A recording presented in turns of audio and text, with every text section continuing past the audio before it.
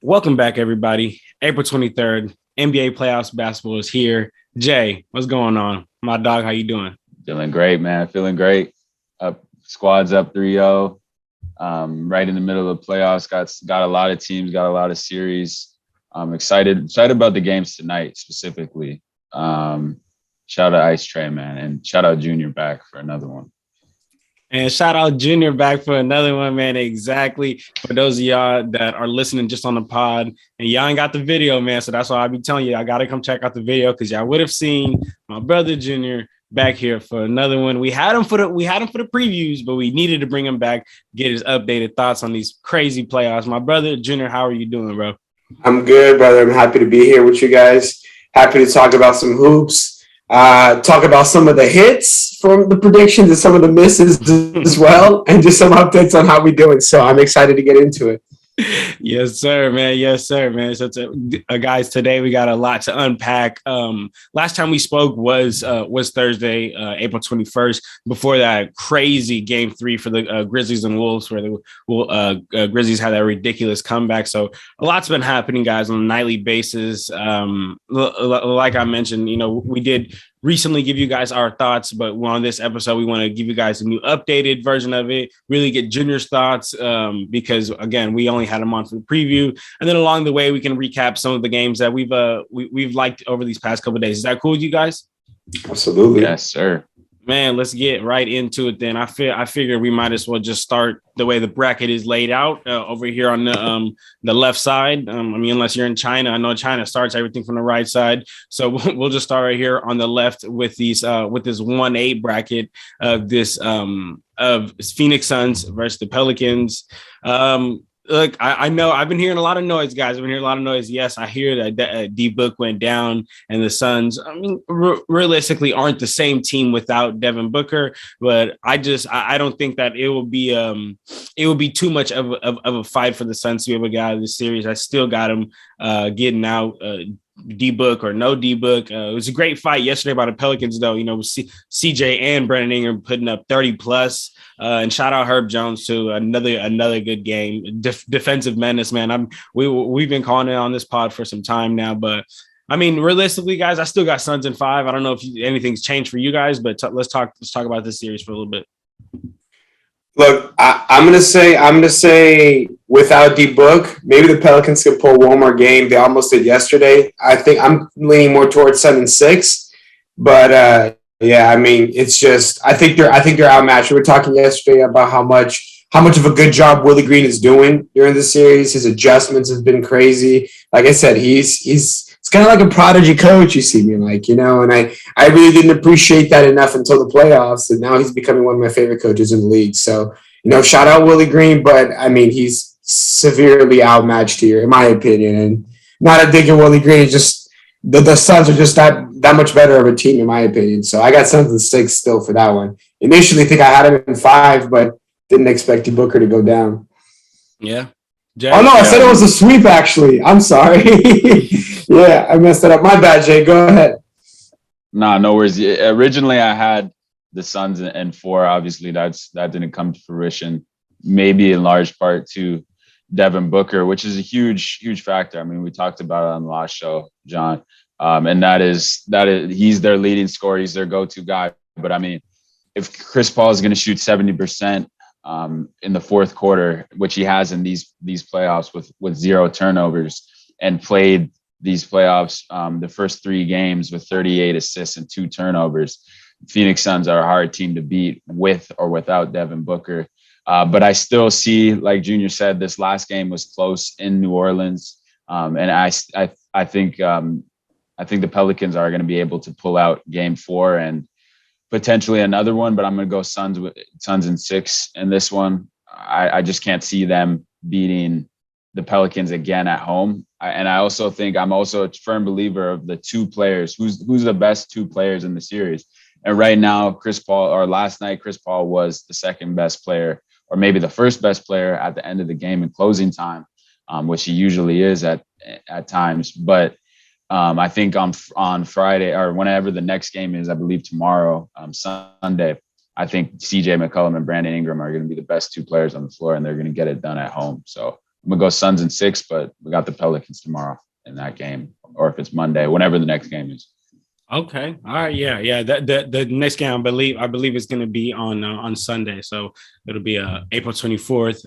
But I mean, hey, I hear you guys, and man, Brandon Ingram and CJ McCollum is definitely doing a thing. I'm just more seeing it on the other perspective, another side of things, saying like, man, like it took us, the Suns, it took this CJ McCollum and Brandon Ingram to put both 30 plus points, for them to realistically like be that close within the game. I also think that the Suns just ultimately didn't have the greatest overall game as a team. I mean, we seen what CP3 was doing out there, some late game heroics. But I also, and I know it's gonna sound crazy when I was writing this, I was like, man, this just sounds crazy. I'm saying Landry Shamet is a changer, but he is. No, Landry Shamet really is a game changer in this position, because I mean, right now he's the one getting to start with D-Book coming off the bench and being injured. And when D-Book was out with that hamstring injury during the season, Landry Shamet held it down. And the Suns are such a team oriented, like they play good because of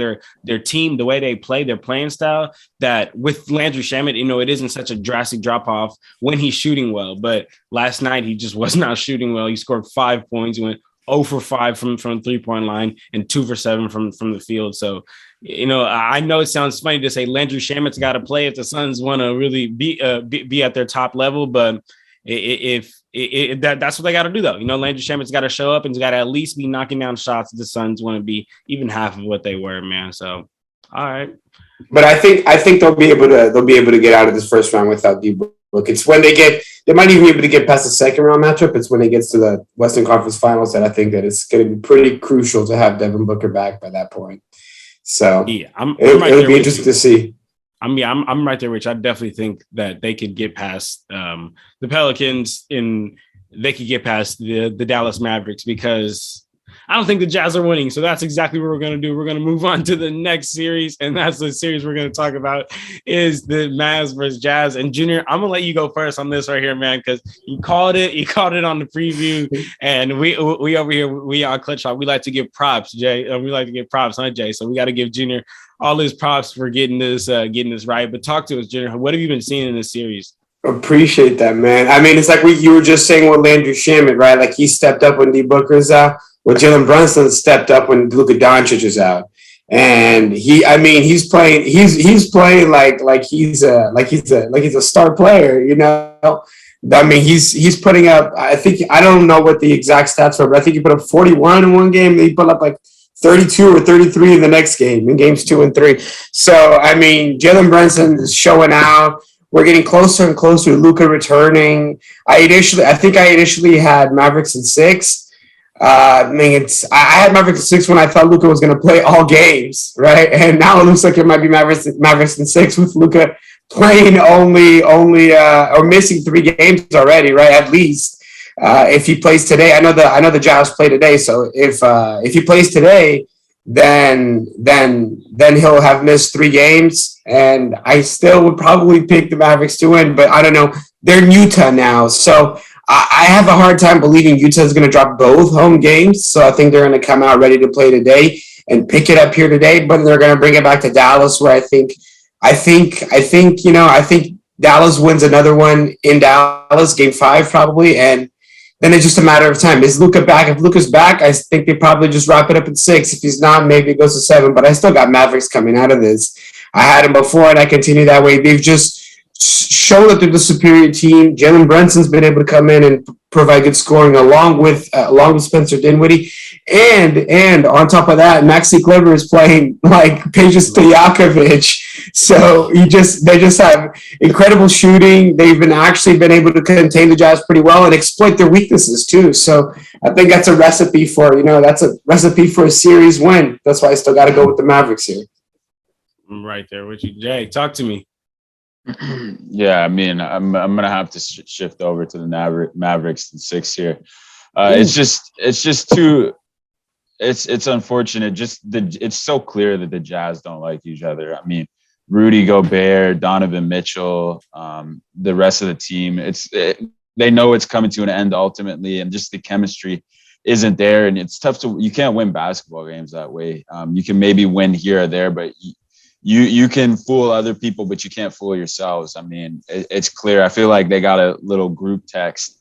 Donovan Mitchell's texting his friends that don't know Rudy Gobert and just talking some shit about Rudy. That's hilarious. Gobert. I mean, that's just what it feels like. Just the vibe I get off. It's just clear that those guys don't like each other. And then on Dallas, it's the complete opposite. Guys stepped up, doing their thing without Luka up. Jalen Brunson, I mean, looking like he's going to get a huge bag. He's going to get paid. He's going to get whatever he wants from Dallas because they got to keep him. He's that next scorer, especially with Luka. Takes a load off him. And it's amazing what they're able to do. The system that Jason Kidd's put in place with guys stepping up, knowing their roles, being stars in their roles. And that's the key to a successful team. And I'm just going to go back on that Suns point. This is exactly who you wouldn't want to see if you're the Suns. And I don't think it's a cakewalk. And I'm not even sure if Devin Booker plays in that series, that the Suns are going to be able to beat this Dallas team. That's how much I believe in their system and their depth, because both of those are deep teams. But if you add Luka into that series, he's the best. He's better. I'm taking him over a 37-year-old Chris Paul. Maybe 5-6 years ago, different story. But at this point, I'm taking Luka over. And man, I don't think it's no cakewalk for Phoenix to be in the Western Conference Finals against this Dallas team. That's how serious they are. If we get a fully healthy, like if Luka Doncic is back in full Luka mode, it's going to be interesting to see.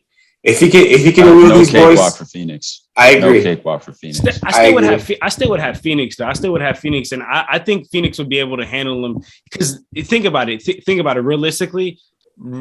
The Dallas Mavericks are playing amazing defense right now. Amazing defense, and honestly, even just shout out Big Shot Pod. He was even talking about this. He's a big Dallas Mavericks fan, and he pointed to this. When Luka comes back, the defense is going to take a hit.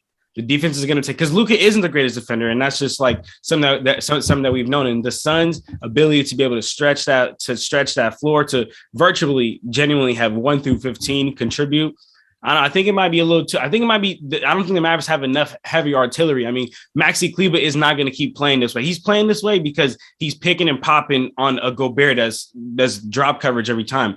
Ayton not going to drop coverage. You know what I'm saying? Those players are going to be up on them. Jay Crowder's not going to drop on that.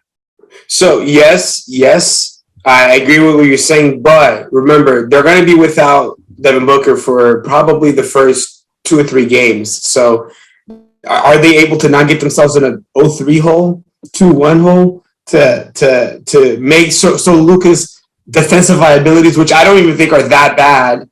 I mean, I'm not saying he's the best defender, but he's not also like the biggest scrub defender either. Is that enough to, I guess, can they hang without Booker for long enough? I don't know. I think they should be able to, but like Jay said, it's really not going to be a cakewalk. Like without D-Book, this should be going to at least 6 without Devin Booker. Yeah. I think it's at least 7, at least 6 or 7 without Devin Booker, and I'm not for certain it's the Suns coming out of that series, but we'll see. That's why they play the games, right? Exactly. It'd be a good series for sure. Yeah, man. So yeah. I mean, you guys really talked about everything. The only thing I want. I mean, Gobert just getting embarrassed out there. It's terrible for his career. Getting exposed. We talked about it in the last episode.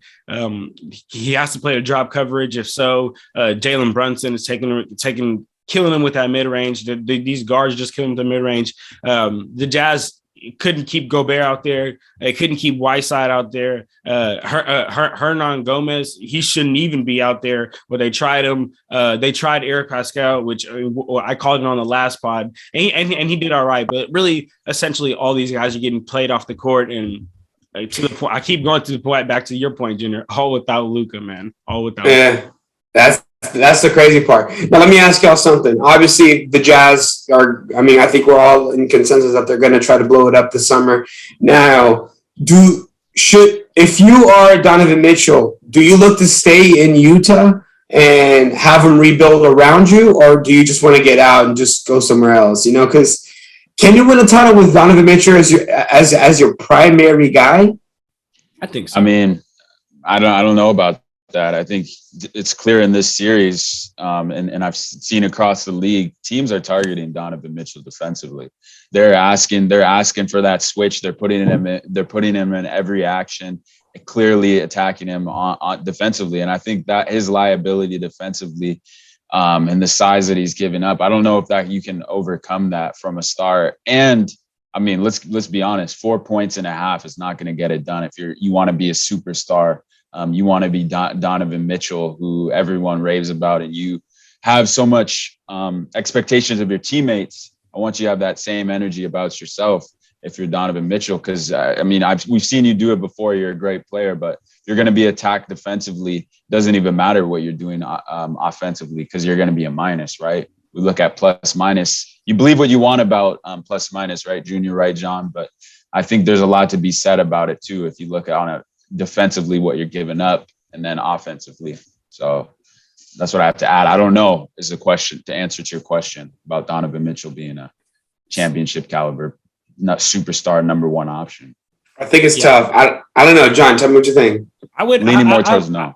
I'm definitely leaning more on towards the yes side. I mean, we see when Donovan Mitchell do come playoffs. I mean, I don't have the exact stats pulled up, but we seen what he did in going against Jamal Murray in his playoff run. We seen what he did in his first playoff run, eliminating Westbrook. He's literally been the only positive for the Jazz in this series so far. And while I agree that those 4 points is not going to cut it, he had 30. I believe he had 32 the first game, 34 the second game, and I don't want to misspeak for the third game, but I believe he had upwards in the 30s as well.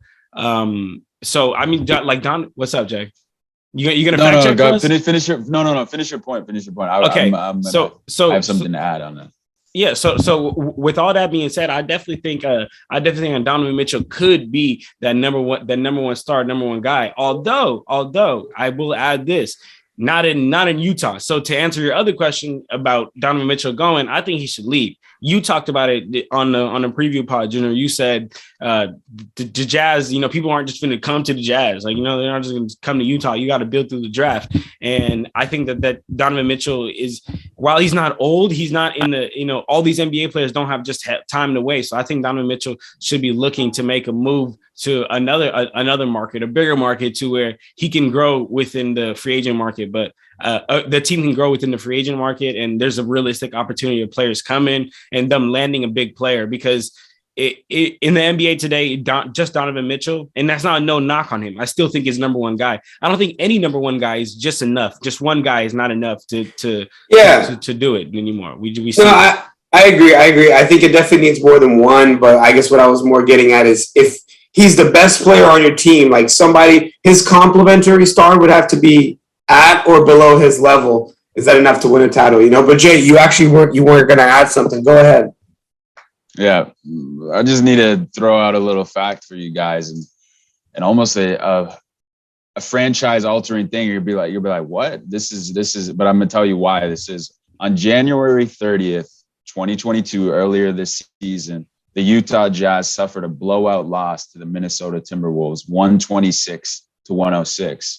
Random date, random team, random game. You're probably wondering what happened to this game.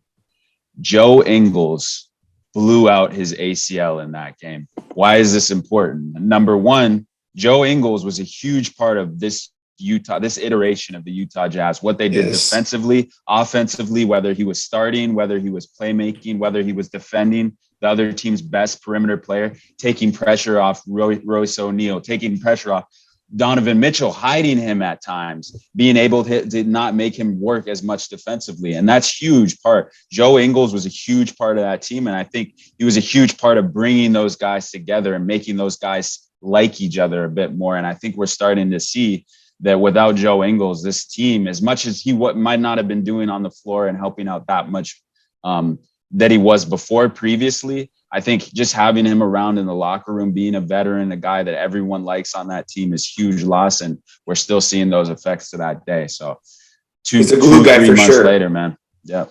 He's a glue guy for sure. I agree. No, that's true. You've seen the difference he makes. Yep. You've seen the difference he makes not being out there Underrated. on the floor. Underrated. Yeah. I mean, shit. Paul Let us George not knows. forget. Yeah. Paul George knows he got torched by Joe Ingles a couple of playoff series. Man.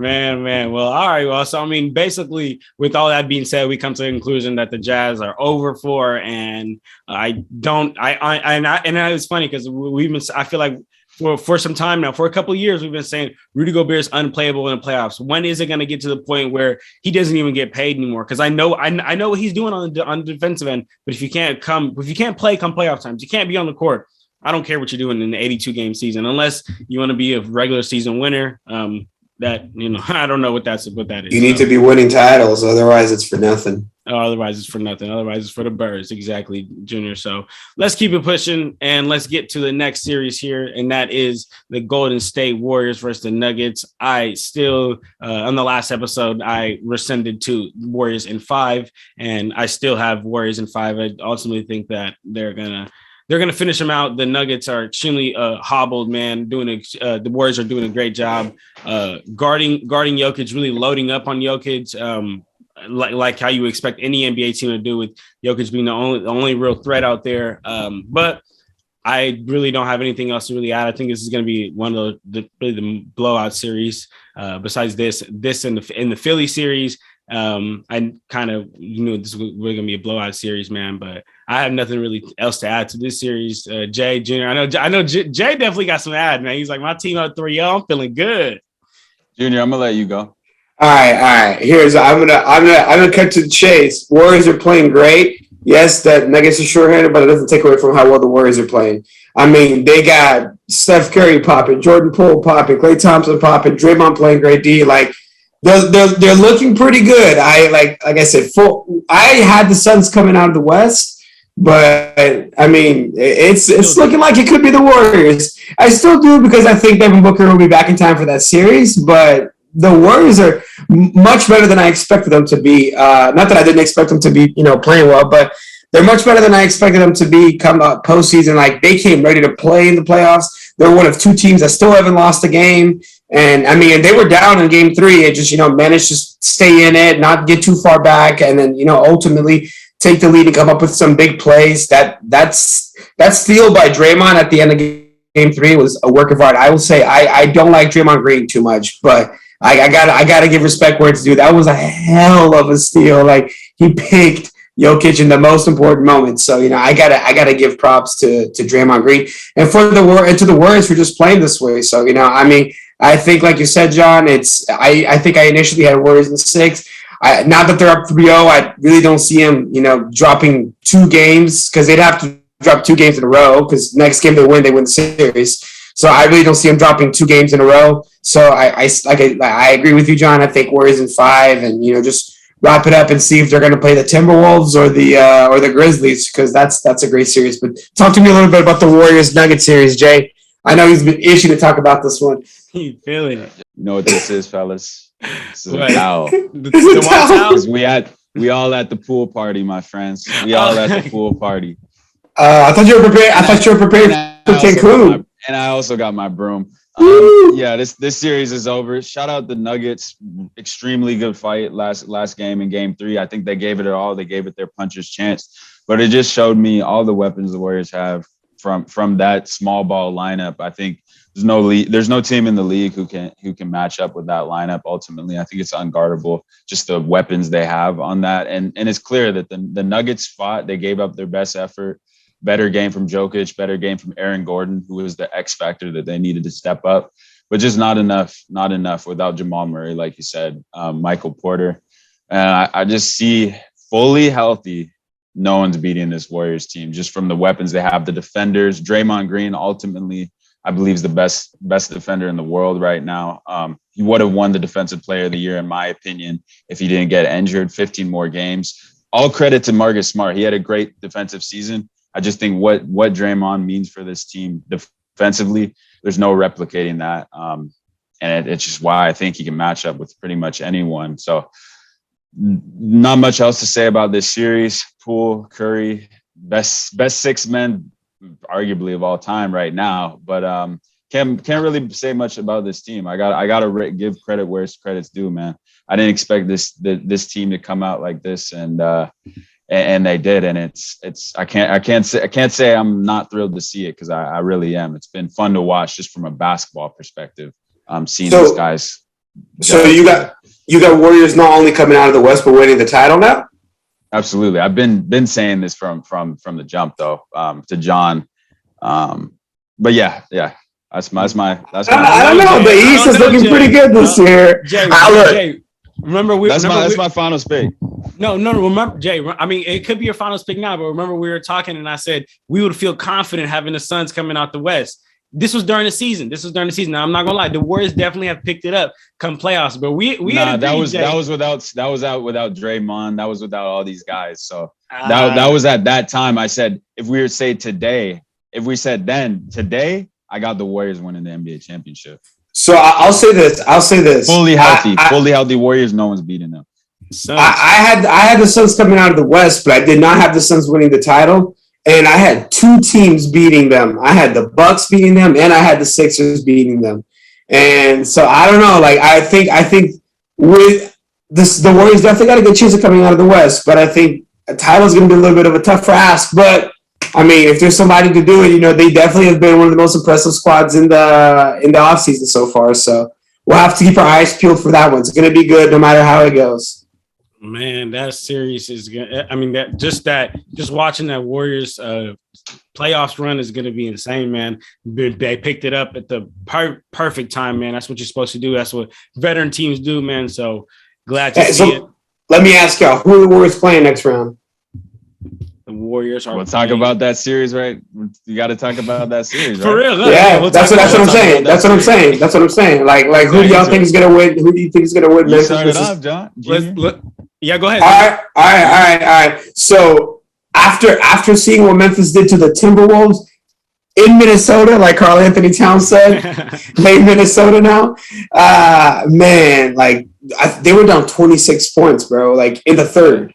That is a hell of a comeback. The Timberwolves put up. They had a 12-point fourth quarter last game, but really it was 9 points when it mattered, and it was a garbage time three that made it 12. So they really had 9 points over the entire, pretty much almost a whole quarter when it really mattered. And that is unacceptable, especially at home. Like, I mean, I think from that point, it's going to be tough to come back from that. Like that must have destroyed their confidence, especially a young team like them. Like, I feel like that's an easy confidence destroyer. So I'm going to say, look, I think I initially had the Grizzlies in 5, I think. I would say Grizzlies in 6 now. I think the Timberwolves, that they've definitely proven that I underrated them for sure. Like I underestimated them for sure. I think that they've proven that they can snag a game or two here. I mean, they won one. I think they could probably win another one, but it's going to be tough to see them win. Three of the next they've 3 games in 3 of the next 4 games. It's going to be kind of tough to see them do that. So I'm thinking, I gotta go with the Grizzlies, but it's been a lot closer of a series than I thought it was going to be, to be honest. Man, Jay, talk to me. Grizzlies in 6. Still Minnesota. You had a chance, man. Minnesota had a chance to get it done. Cat Town staying in the huddle. They on our home court now. They in Minnesota now. This ain't Memphis. Oh man. Oh boy, did that not age gracefully. But yeah, if you're Minnesota, inexcusable. It's been the same story. On Jaren Jackson with his foul trouble, but Cat Towns, man, stay out of damn foul trouble, my dude. It's just getting despicable. You're putting yourself in bad situation after bad situation. And it's not on the refs. It's not on anyone else but yourself. You have to make the decision to, if the guy's going to get a layup and it saves you from picking up your 4th or 5th foul, you let him get the layup, man. Yeah, I know. Basketball IQ, it's being smart. It's being clock aware. It's being aware of how damn important you are to your team and their success. And if they're not going to make their immaturity has showed throughout. And one thing I have to add, in game 3, if you're the Minnesota Timberwolves, get the ball to your best player hands. What is this nonsense of Patrick Beverly isolating Ja Morant in the third and fourth quarter. That's absolutely disgraceful. If you're Chris Lynch, you have to be ashamed of yourselves. You don't deserve to win that game. And that's all I got to say. Your Minnesota Timberwolves blowing that lead, unacceptable, inexcusable. I want to say Memphis in 5 because I'm damn sick of these Timberwolves. Man, they had a chance. They had a chance. Yeah, man. They had a chance. We could have been having a very different conversation if Minnesota's up 2-1 right now. We could have been having a very different conversation. John, give me your thoughts on that Grizzlies T-Wolves series. Look, honestly, I think they had a chance and they still have a chance. If they can snag this next game, in my opinion, they still got a chance. We've been boasting. I mean, I've been boasting about the Wolves so much on this podcast, dog. Like, they are built for the playoffs. They have the exact players that, they have your facilitators, they have your big men, they have your pure scorers, they have your role players, they can literally play any type of a set. They can play a half court set, they can push the pace. They're one of the highest teams with pace in the league. But again, like, I gotta put respect on the number 2 seed Memphis Grizzlies. And I mean, we've seen what they can do. They had that 26-point comeback, you guys are talking about. But so ultimately what I think is, yes, the Wolves still have a chance if they can snag this next game. They lose this next game, then it's over. But ultimately, I do have Grizzlies in 6. I think that, like how both of you guys talked about, that inexperience for the Timberwolves are just coming out, man. I mean, you talked about that 12-point fourth quarter. Let me just read this real quick in the quarters. Look, they had the Timberwolves had 39 points in the first quarter. They had 12 points in the second quarter. They had 32 points in the third quarter. Then they had 12 points in the fourth quarter. That's straight up inconsistency. That's straight up a young team who can't keep the same energy throughout the whole time, man. So, dog, all I gotta say, bro, is yes, Grizzlies in 6, but don't count out the Timberwolves just yet, man. Don't count out the Timberwolves just yet. You count out the Timberwolves. I mean, okay, but I'm because you guys are talking about, like, they don't even got a chance. Like, they've snagged this next game. They still got a chance, in my opinion. And they lose in 6. They have to win. They have to win 3. They have to win 3 out of 4 games. I just don't look. Ja Morant was staring at going down 2-1, and he did not let his team go down 2-1. Yeah. If he gets in the situation where he's staring that he needs to win 2 out of the next 4 games or not lose 3, like, I don't think he's gonna do that. And the team is just a superior team. I mean, you saw Desmond Bain can give it to you, Brendan Clark can give it to you, Dylan Brooks can give it to you, Ja, obviously. Like, so they have lots and lots of scoring options. I mean, the Timberwolves also, if Cat's really busted and if they got D'Angelo Russell balling and Ant-Man, obviously. But it's just like, they're just outmatched. I think they're outcoached. I think they don't have home court advantage. Like, it's just there aren't enough things going the Wolves' way, in my opinion, that I could give them the edge in the series. But real quick though, I want to talk about how many comeback wins have we seen this postseason? Like, I don't have the exact number, but as I remember, like, there's been a couple, like the Hawks doing it, the Grizzlies. Like, there's been lots of comeback wins, like double-digit deficits that have been turned into wins. I think the Pelicans did that in their win. So it's been interesting. I've been noticing it's a higher number than usual. So it's been a pretty good postseason so far. Man, it has been. I do remember. I mean, you guys seen the preview episode where Junior was here in person with me. I miss my brother, but you were talking about that. Too, bro. You were talking about that, bro. You were talking about, wow, like, so many comebacks. So, man, I hear you. This postseason has been crazy. I mean, but look, over here, me and Jay been saying it for a minute. Like, this has been the best NBA season, just playoffs season, play in, everything that at least I've seen in some time now. So. I can't agree because you know why. But I mean, just as far as, like, playing basketball, yeah, I agree with you, Jim. Yeah, I agree. That's hilarious. It's been good clarity, but yeah, good, yeah. All right. So then let's jump over there to the East and let's get to these Hawks series.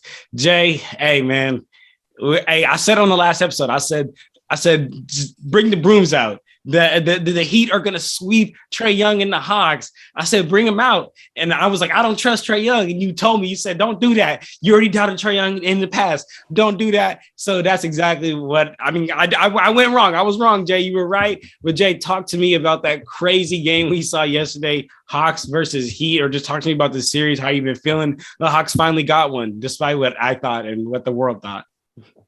Ice Trader gang. Ice Trader gang. Hey, Jay. J. Triple J. Triple J.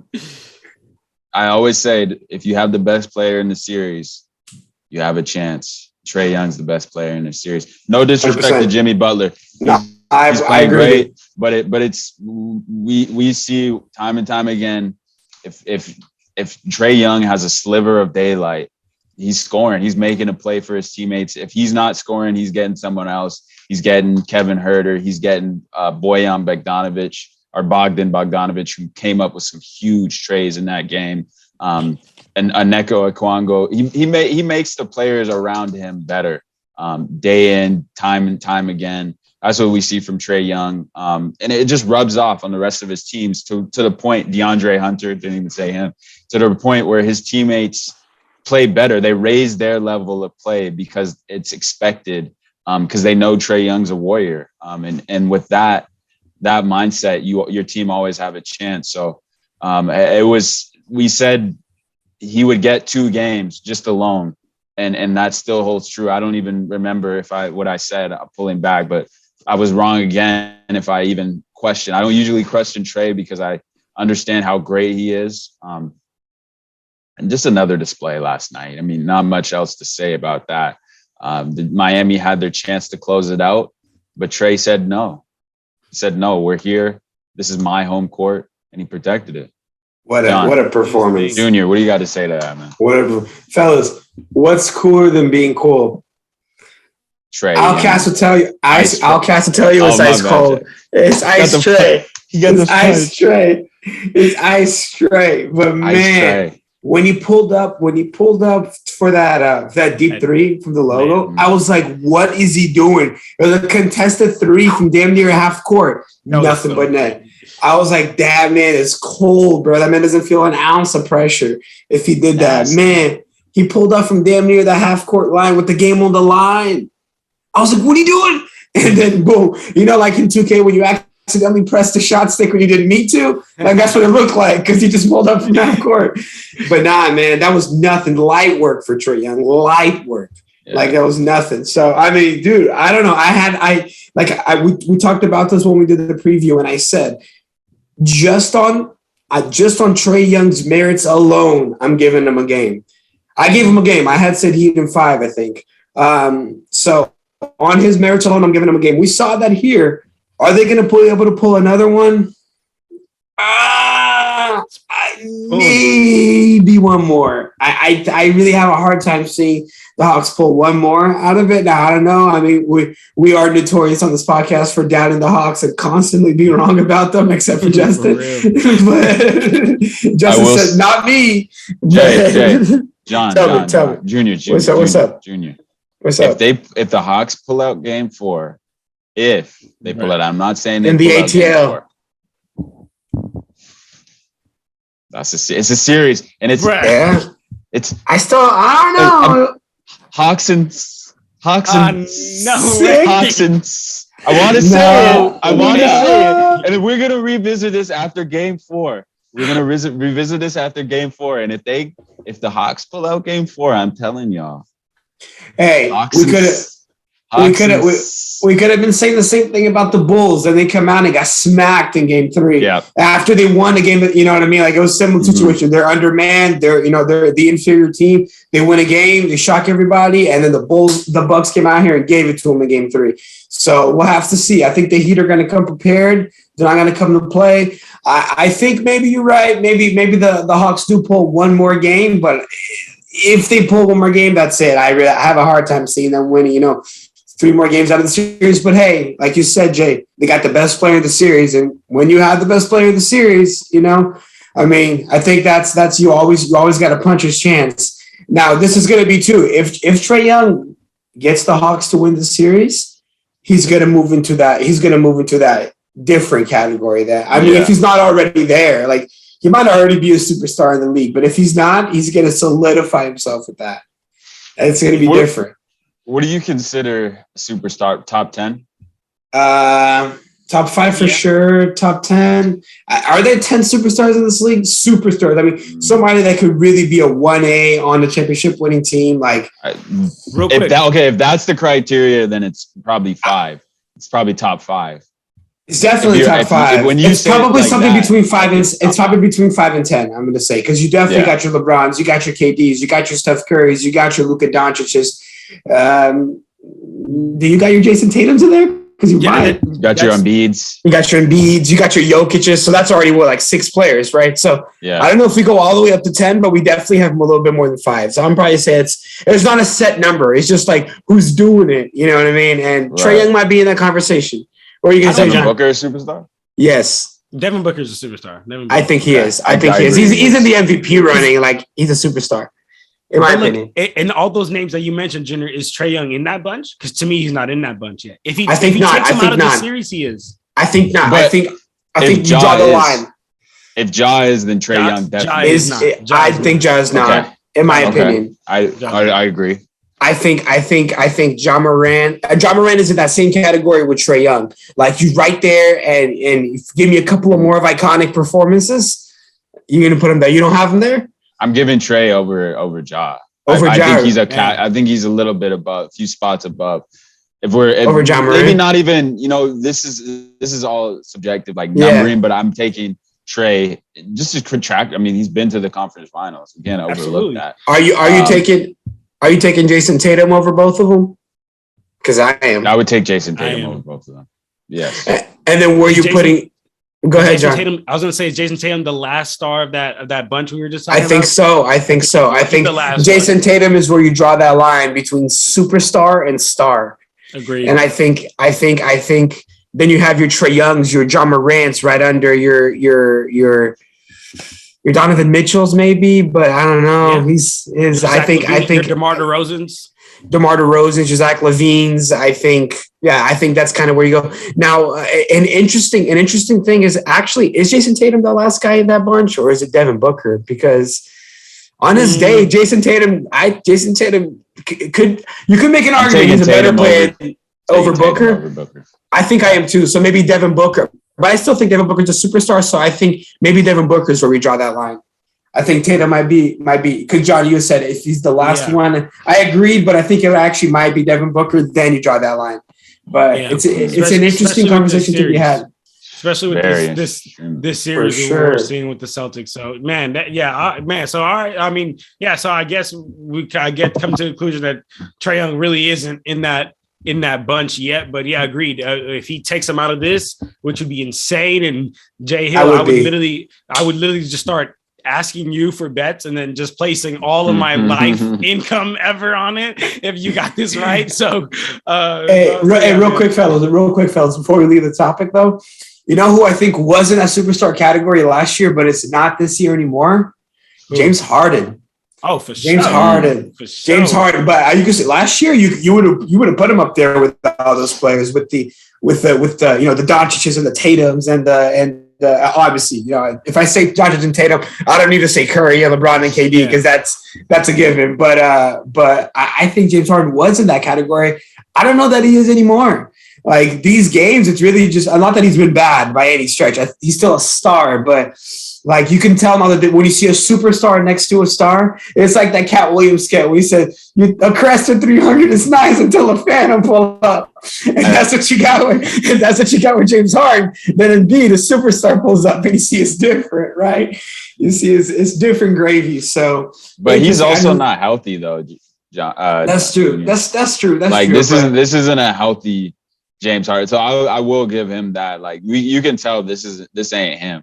Will he ever get back to that? We don't know though. So but I agree with you. I put Anthony Davis in that same conversation. Then Anthony Davis is a superstar in the league when healthy, but this season he really wasn't. I can't put him as a superstar in the league this season just because of the way he's played. Right. Agreed. So agreed. Yeah, it's tough. It's a season-to-season thing.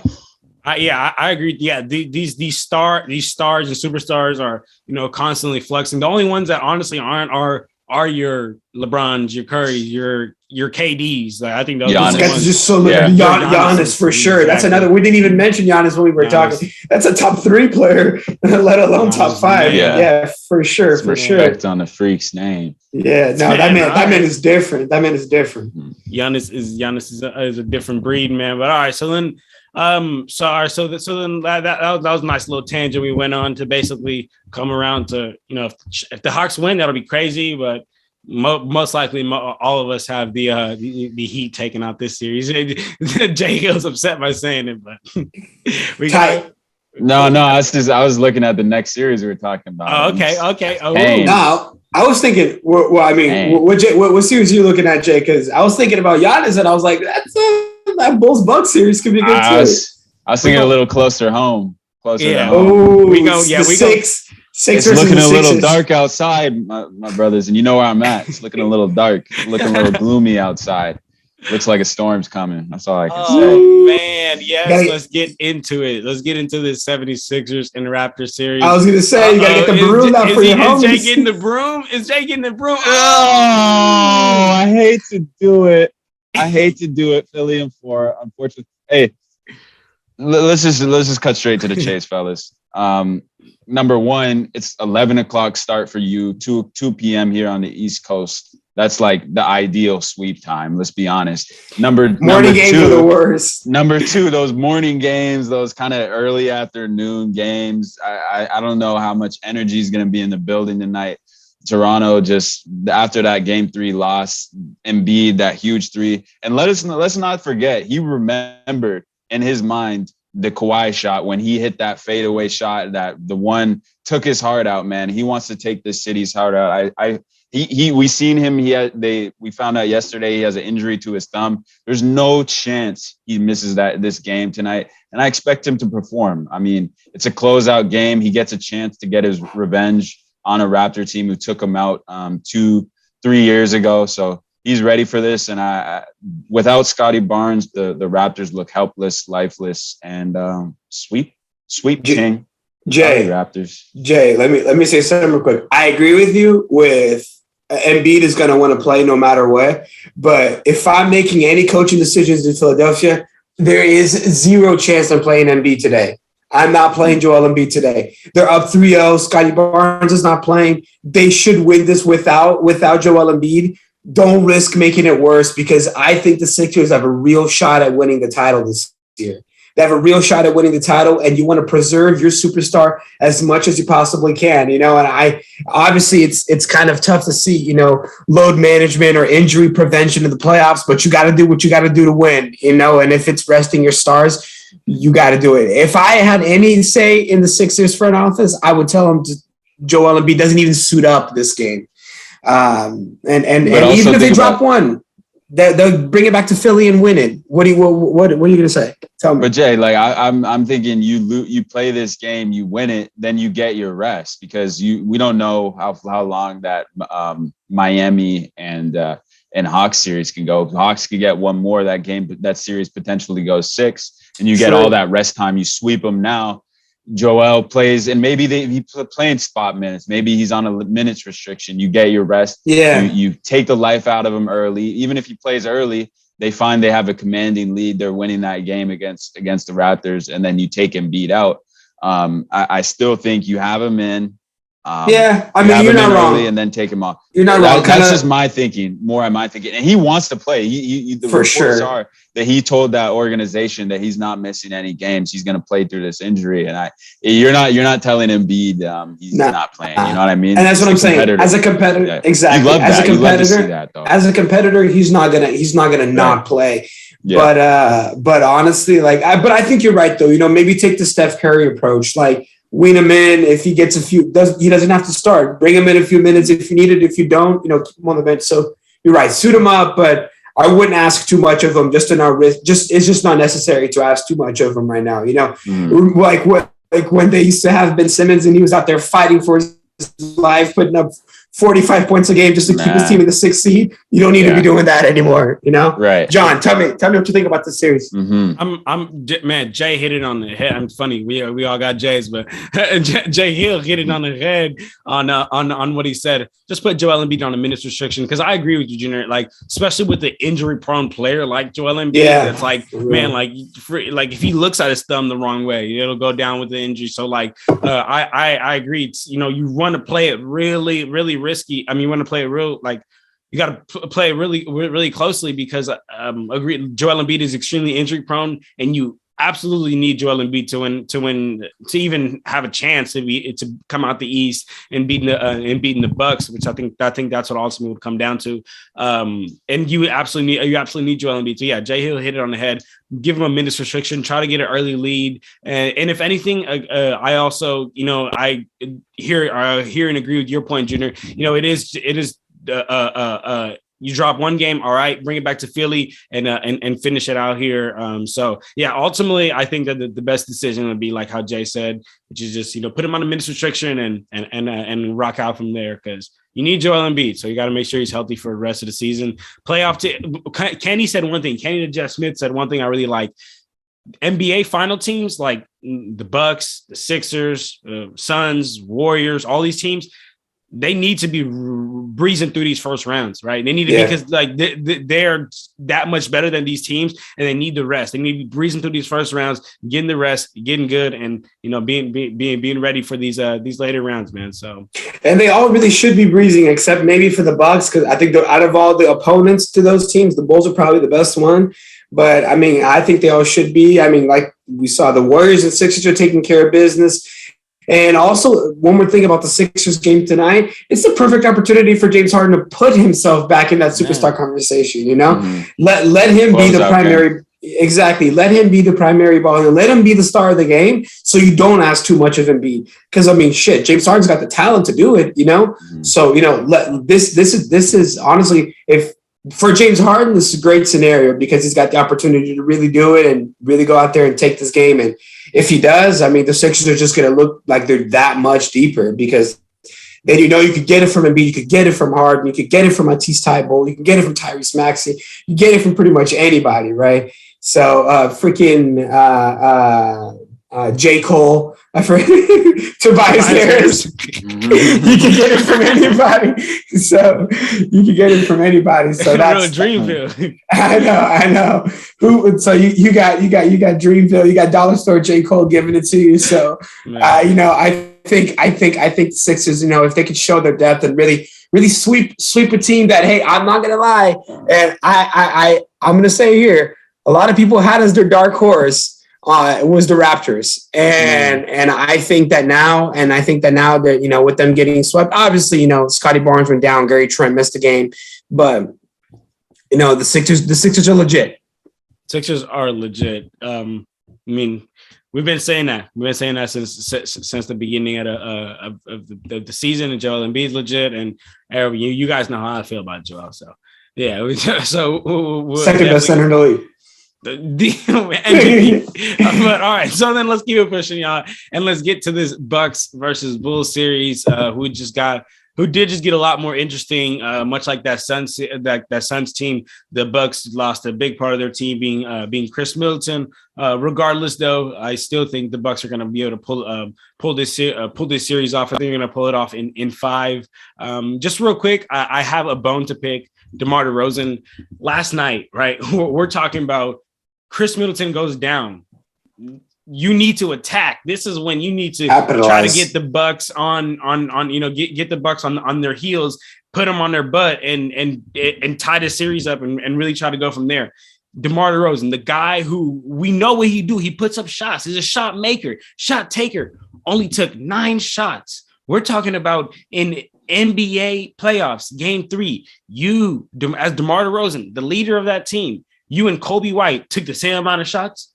That's an issue in my problem. I don't care what. I don't know if he was going through something mentally before. I don't know what was going on, but there's just, in my opinion, no excuse for DeMar DeRozan to be a shot maker. Like he's like that guy. Like he's not on that team to be a facilitator. He's not on that team to be a defender. No, he's on that team to knock down shots, and he takes the same amount of shots as Kobe White. big issue. Now, that's honestly all I got to say. The Bucks are going to beat him out. The Bucks bigs are just too much. The Bulls fumbled the bag, not bringing only Tristan Thompson in the trade deadline. It's over. It's over for the Bulls, man. I mean, just wrap it up. Try to get a big in there next year. Hopefully, Yusuf Nurkic, somehow, some way. I think he'd fit great. But hey, man, good season for the Bulls. It's over now.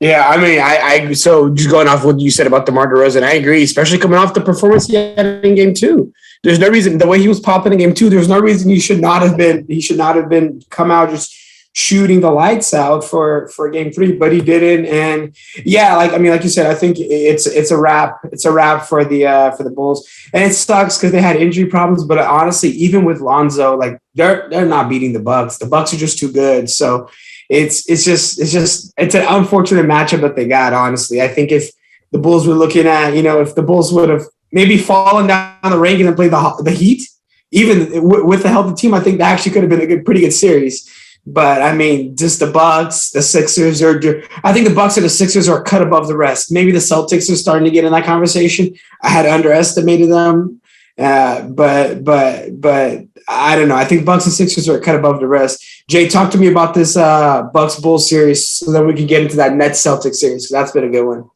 Yeah, I mean, not much to say on this series that you guys didn't say. It's just too much power from Giannis and Jrue Holiday. And let me bring up a little Jrue Holiday stat that rang true.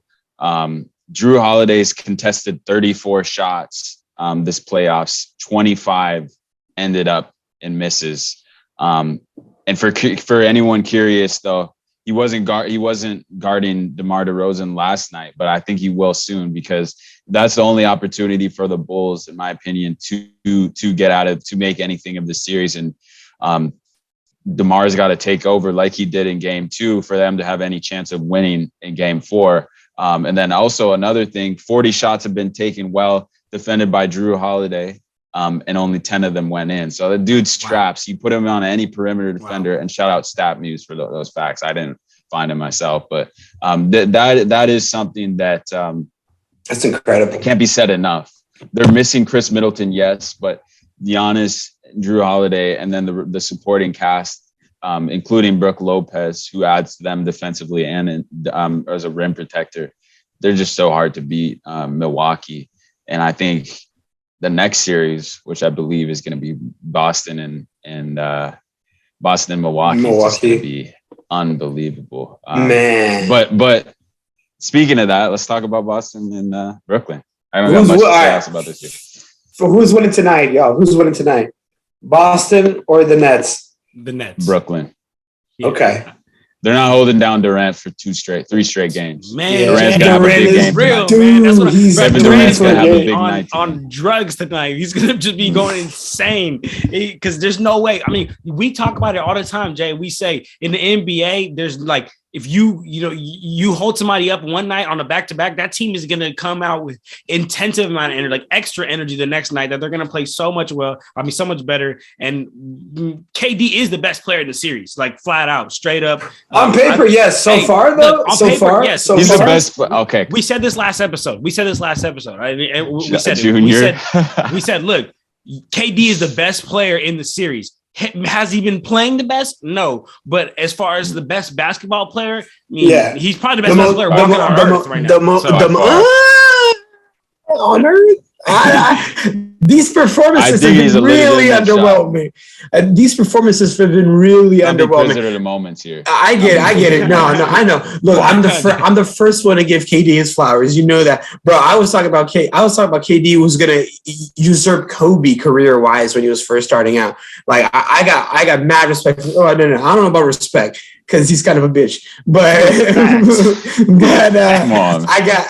It's the competitor in me. He's not a competitor. Hey, that man, but he's a competitor. No, he's a competitor. That man went to a 73 win team. Jay, imagine if it wasn't your team. Imagine if it wasn't your team. 73 win team that he lost 3-1 to. Supporting it. 73 win team whose core that he lost 3-1 No, I get it. I'm not saying free agents now. I'm not. No. We're not even talking. I'm talking about how foo-foo that move was. I'm not talking about from the Warriors perspective. I'm talking about KD is a competitor. Somebody beat you. You were up 3-1. You squander a lead, and then you go join them. It's like I'm not of a. Okay, if you can't beat them, join them. Like I'm talking about just KD is a competitor. But like no, I'm not saying the Warriors definitely earned their 73 wins. They drafted that team. I'm not taking nothing away from that. I'm just saying I think KD is a competitor. A little bit soft, but hell of a basketball player.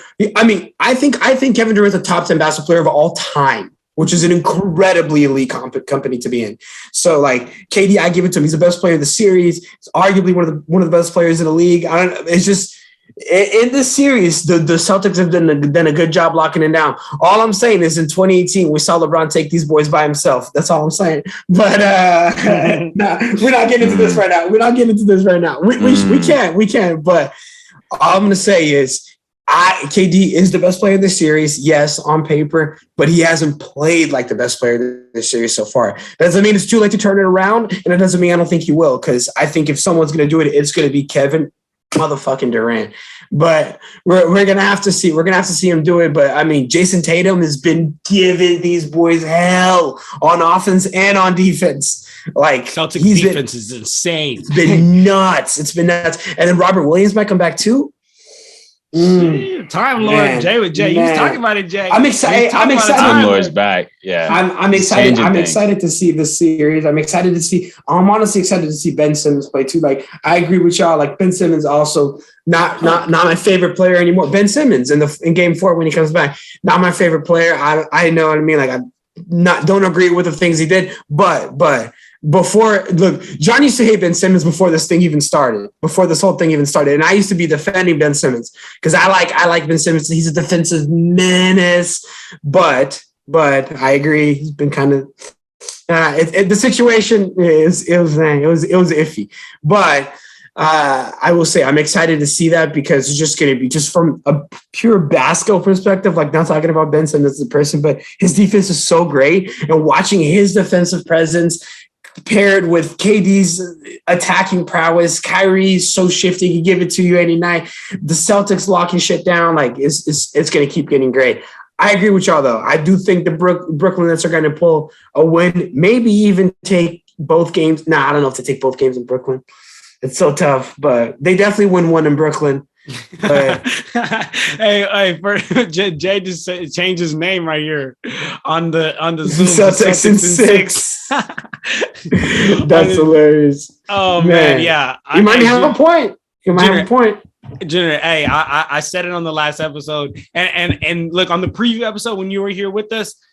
I agree with you. I'm right there with you. I thought the Nets' overwhelming offensive power was just going to take over, having in my opinion, the best player in the series in KD, and then you could go Kyrie, maybe Tatum, and then Kyrie. Kyrie's up there though. Kyrie's a good player. We know what Seth Curry can do. Andre Drummond has a complete on a mismatch really every time down there. Nobody can guard him down there. So that's why I really wanted to go with the Nets.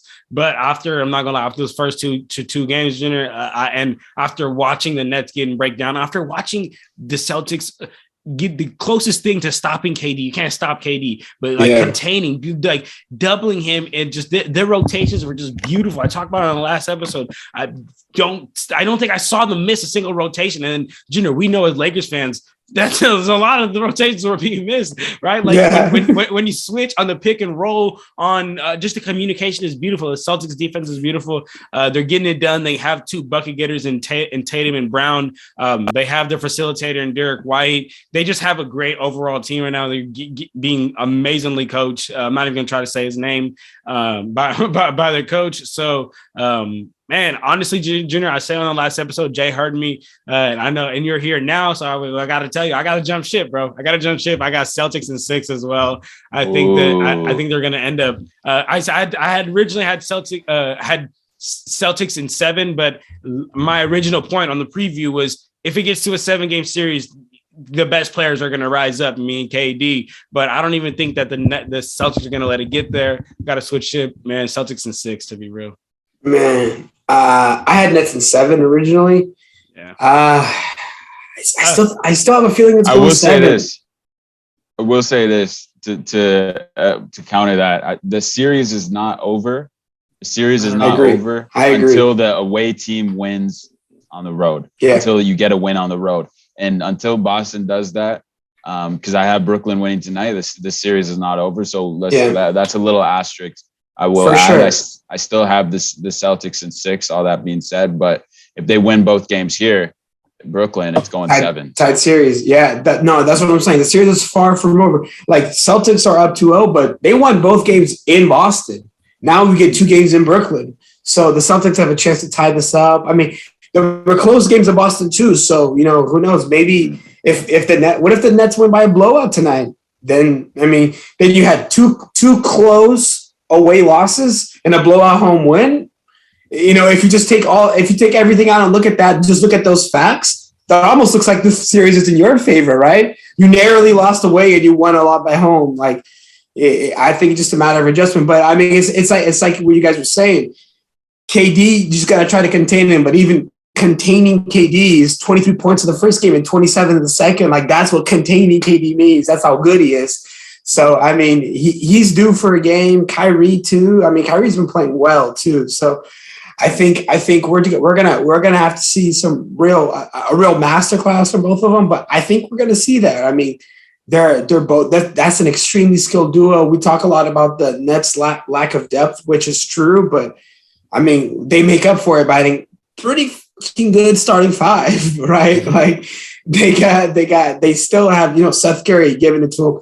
Andre Drummond, I have my reservations about him because of last season, not just because of how he played on the Lakers, but the Drummond I thought we were getting last season wasn't a Drummond that showed up, and it's not the Drummond that the Nets have now. Like, this is not Detroit Andre Drummond, but he's still grabbing him rebounds. Sometimes he'll randomly go off and get 15, 20 points, which is more than you could expect for a player that was just. He was almost traded like he was just filler in that James Harden trade, So I don't know. I think that the Nets still have a pretty good chance here. The Celtics have definitely outplayed them, but we cannot count the Nets out at all. Jay, what's up? Wait a minute. I'm not sitting on the fence. I'm not sitting on the fence. I'm not sitting on the fence. Wait. I don't know if I'm here, if my headphones are adjusted, but John, is Junior sitting on the fence? Is that what I'm hearing? Not sitting on the fence. Junior, who you got? I was on one side of the fence. I didn't even sit on the fence. I just went right over it. I'm on the other side now. But I'm still going Celtics in 7. I still am giving. Okay. I'm giving the Nets 3 more games. So I had said Nets in 7. I still think the first thing I said, it's a 7-game series no matter what, and I still stick by that. It's a 7-game series. All Boston did what they were supposed to. They won at home. Yeah. Now is the Nets' opportunity to do what they're supposed to. You know what I mean? And until the series goes 3-0 tonight or 3-1 before going back to Boston, I can't count the Nets out. So like you said, Jay, until the Celtics win in Brooklyn, I can't count the Nets out. So, man, good series, man. It's a good series. This is gonna be a good series. And one thing I just thought about real quick would be if the Celtics did win tonight. Like, I think if any team would ever come back down. Yes, but if any team would ever come back down from 3-0, I think it'd be the Brooklyn Nets. I would give it to KD to come back. Any team, if ever was going to do it, it'd be the Brooklyn Nets team with KD and Kyrie, man. But all right, y'all. So look, look over here in the West Coast, it's 9:27, 9:17 a.m. Saturday, early morning. We got some great games to get into, especially being that one, that Celtics versus Brooklyn game to get into later. For all the fans listening on the podcast, man, this podcast will be up today before all these games come out. For the YouTube, y'all know how that go. YouTube would be lagging with the loading, man. So we're gonna get this up by and then tomorrow morning, Sunday, April 24th in the morning. So look, guys, we appreciate everybody that's stay tuned for this whole episode. How to bring the Clutch Talk GOAT and Junior back on. Appreciate that. That's y'all. Appreciate you being on, my brother. Do you got any last words to say before we get off here? Just appreciate you guys having me on. It was a lot of fun. It was great to kind of update these predictions a little bit. Like we said in the beginning, some misses, some hits, and it's just that's the fun of the playoffs, man. you never know what you're going to get. But you know what you're getting for sure is going to be great games. And that's what we've been getting, man. It's great games across the board. Every single series has had at least one good game, one close game. You know, nothing has been, it's not like it used to be a couple years ago when teams were just basically every first round matchup, except for the 4 and 5 were pretty much sweeps. Like that's not the case anymore. So it's a great time for basketball, man. Like I was thinking there's so much talent across the league everywhere. Like every team has got buckets. And I think that's dope to see, you know, that's dope to see. So I'm really, really, really appreciative of the basketball we're getting now. It's great, man. I'm excited. Yes, sir, man. So Jay, talk to us. Jay, you got any last words to say before we hop off here? Gonna be some great games tonight, Junior. Appreciate you coming on, and of course, brother. Let's get it, man. Saturday slate. Man, Saturday slate. Let's get into it, guys. So, as always, family at home, man. Make sure you guys don't forget to like, comment, subscribe if you're on YouTube. Don't forget to follow us on our Instagram, our TikTok, and our Twitter. It's at Clutch Talk Pod. Again, that's at Clutch Talk Pod. Make sure you get at us over there, man. Come debate with us. Just come talk to us. We love we just love interacting with you guys. Anything y'all need, man, hit us up, let us know. We about to get to these games, and that's it, man. But guys, hey, appreciate you guys. It was much love doing the pod, and it's good. I will see you guys, and that's it, man. We out here, y'all. Clutch Talk out. Peace.